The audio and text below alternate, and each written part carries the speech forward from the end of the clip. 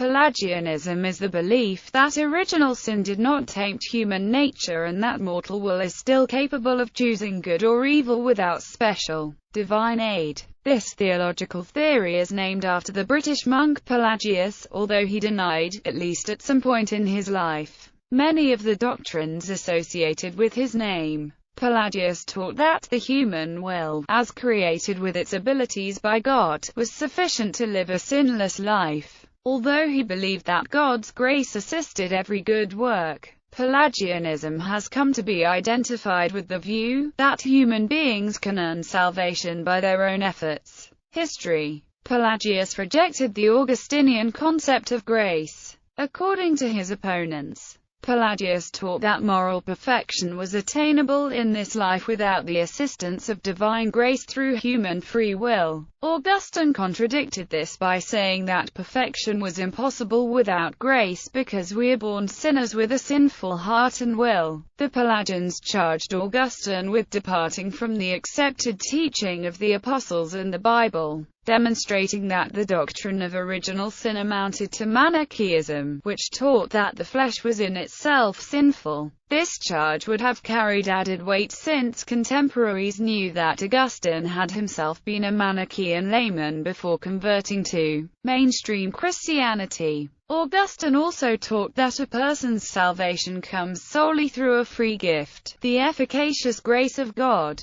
but that this was a gift that one had no free choice to accept or refuse. Pelagianism was attacked in 415 at the Council of Diospolis, which found Pelagius to be orthodox, but it was later condemned in 418 at the Council of Carthage, and this condemnation was ratified at the Council of Ephesus in 431. The strict moral teachings of the Pelagians were influential in southern Italy and Sicily, where they were openly preached until the death of Julian of Eclanum in 455, and in Britain until the coming of Saint Germanus of Auxerre c. 429. Inda causa Dei contra Pelagium et de virtute causarum. Thomas Bradwardine denounced Pelagianism in the 14th century, as did Gabriel Biel in the 15th century. Pelagius. Little is known about the life of Pelagius, and although he is frequently referred to as a British monk, his origins are no means certain. Augustine says that he lived in Rome for a very long time, and referred to him as Brito, to distinguish him from a different man called Pelagius of Tarentum. Bede refers to him as Pelagius Breto. St. Jerome suggests he was of Scottish descent, which at the time would most certainly have meant he was from Ireland, since in the time of Pelagius, Scots referred to Irish raiders.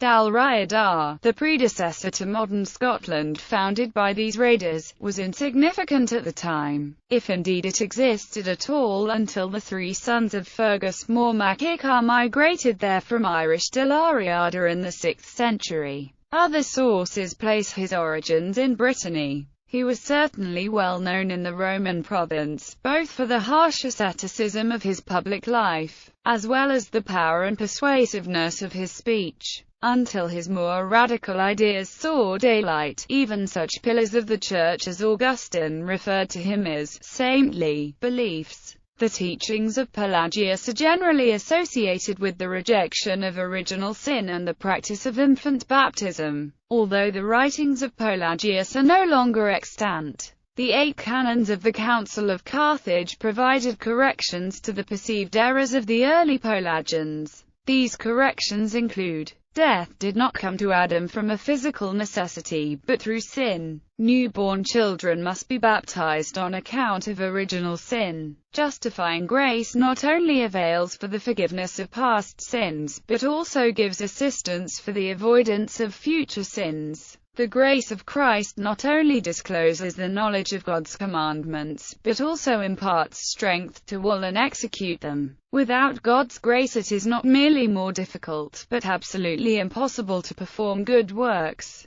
Not out of humility, but in truth must we confess ourselves to be sinners. The saints refer the petition of the Our Father, "Forgive us our trespasses," not only to others, but also to themselves. The saints pronounce the same supplication not from mere humility, but from truthfulness. Some codices containing a ninth canon, children dying without baptism do not go to a middle place, since the non-reception of baptism excludes both from the kingdom of heaven and from eternal life. Pelagianism stands in contrast to the official hamartiological system of the Catholic Church that is based on the theology of St. Augustine of Hippo. Semi-Pelagianism is a modified form of Pelagianism that was also condemned by the Catholic Church at the Second Council of Orange in 529. Of far-reaching influence upon the further progress of Pelagianism was the friendship which Pelagius developed in Rome with Carolestius,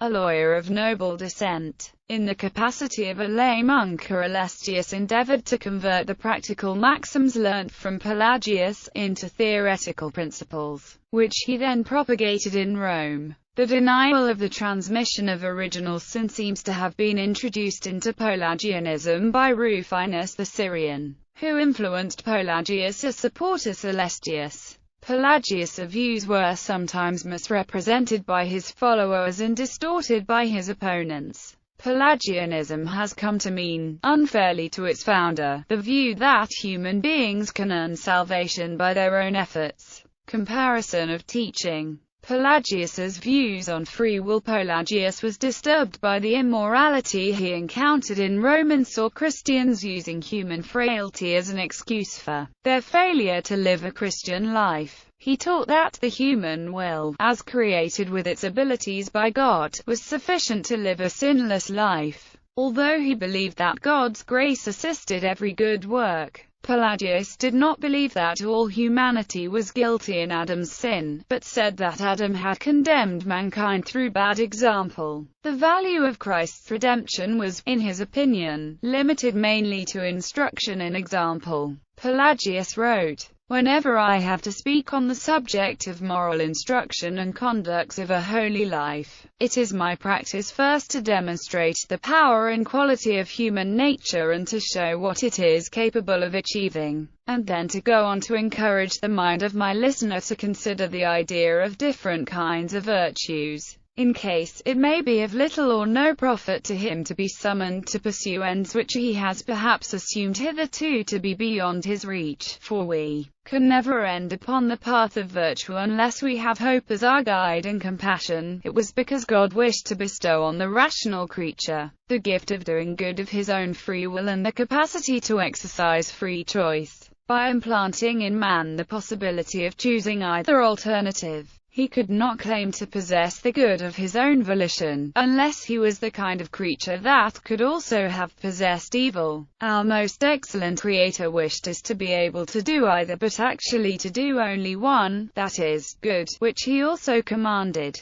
giving us the capacity to do evil only so that we might do his will by exercising our own. That being so, this very capacity to do evil is also good, I say, because it makes the good part better by making it voluntary and independent, not bound by necessity but free to decide for itself. Yet we do not defend the good of nature to such an extent that we claim that it cannot do evil. Since we undoubtedly declare also that it is capable of good and evil, we merely try to protect it from an unjust charge, so that we may not seem to be forced to do evil through a fault of our nature, when, in fact, we do neither good nor evil without the exercise of our will and always have the freedom to do one of the two. Being always able to do either, nothing impossible has been commanded by the God of justice and majesty. Why do we indulge in pointless evasions, advancing the frailty of our own nature as an objection to the one who commands us? No one knows better the true measure of our strength than he who has given it to us, nor does anyone understand better how much we are able to do than he who has given us this very capacity of ours to be able, nor has he who has just wished to command anything impossible, or he who is good intended to condemn a man for doing what he could not avoid doing. A follower of Pelagius taught, when will a man guilty of any crime or sin accept with a tranquil mind that his wickedness is a product of his own will, not of necessity?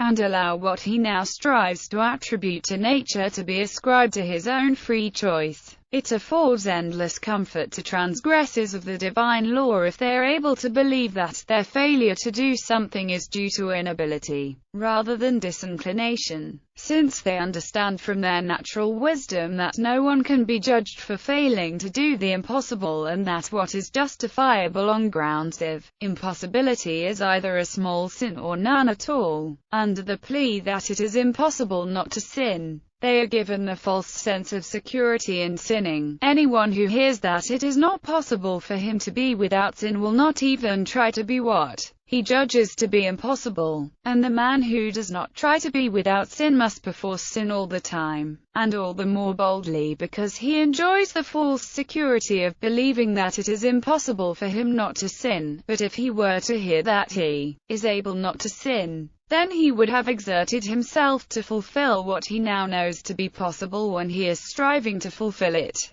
to achieve his purpose for the most part, even if not entirely. Church Fathers on Free Will. All of the Church Fathers before Augustine taught that humans have the power of free will and the choice over good and evil. Justin Martyr said that every created being is so constituted as to be capable of vice and virtue, for he can do nothing praiseworthy, if he had not the power of turning either way. Theophilus said, if, on the other hand, he would turn to the things of death, disobeying God, he would himself be the cause of death to himself. For God made man free, and with power of himself. Irenaeus said, but man, being endowed with reason, and in this respect similar to God, having been made free in his will, and with power over himself, is himself his own cause, that sometimes he becomes wheat, and sometimes chaff. Clement of Alexandria said, we have believed and are saved by voluntary choice. Jerome emerged as one of the chief critics of Pelagianism, because, according to him, sin was an unavoidable part of human nature. Later responses. Thomas Bradwardine wrote De causa Dei contra Pelagium et de virtute causa amad suos Mertenenses.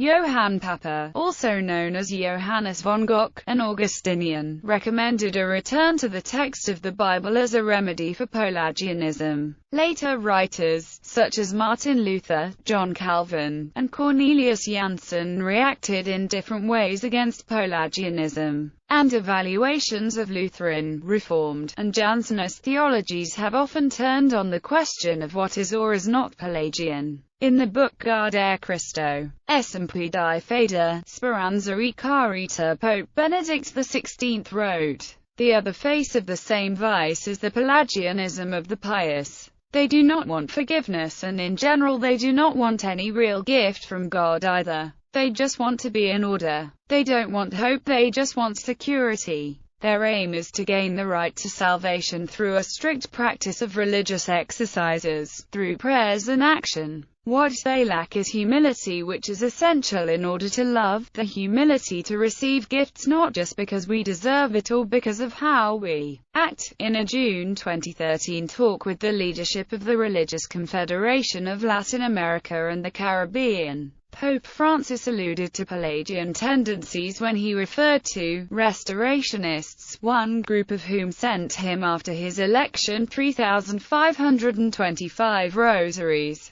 The Pope said he was bothered by this need to count prayers and labeled it Pelagianism. He went on to comment, these groups return to practices and disciplines I lived, not you, none of you are old, to things that were lived in that moment, but not now. They aren't today. The Church of Jesus Christ of Latter-day Saints Mormon theologian Sterling M. McMurray, who ended his life as an atheist, has argued that the theology of Mormonism is completely Pelagian. Mormon theology teaches that the atonement of Jesus Christ has overcome the offensive original sin for all mankind. For example, the Book of Mormon, a sacred text for the Church of Jesus Christ of Latter-day Saints, teaches he Messiah cometh in the fullness of time, that he might redeem the children of men from the fall. And because they are redeemed from the fall, they have become free forever, knowing good and evil, to act for themselves and not to be acted upon.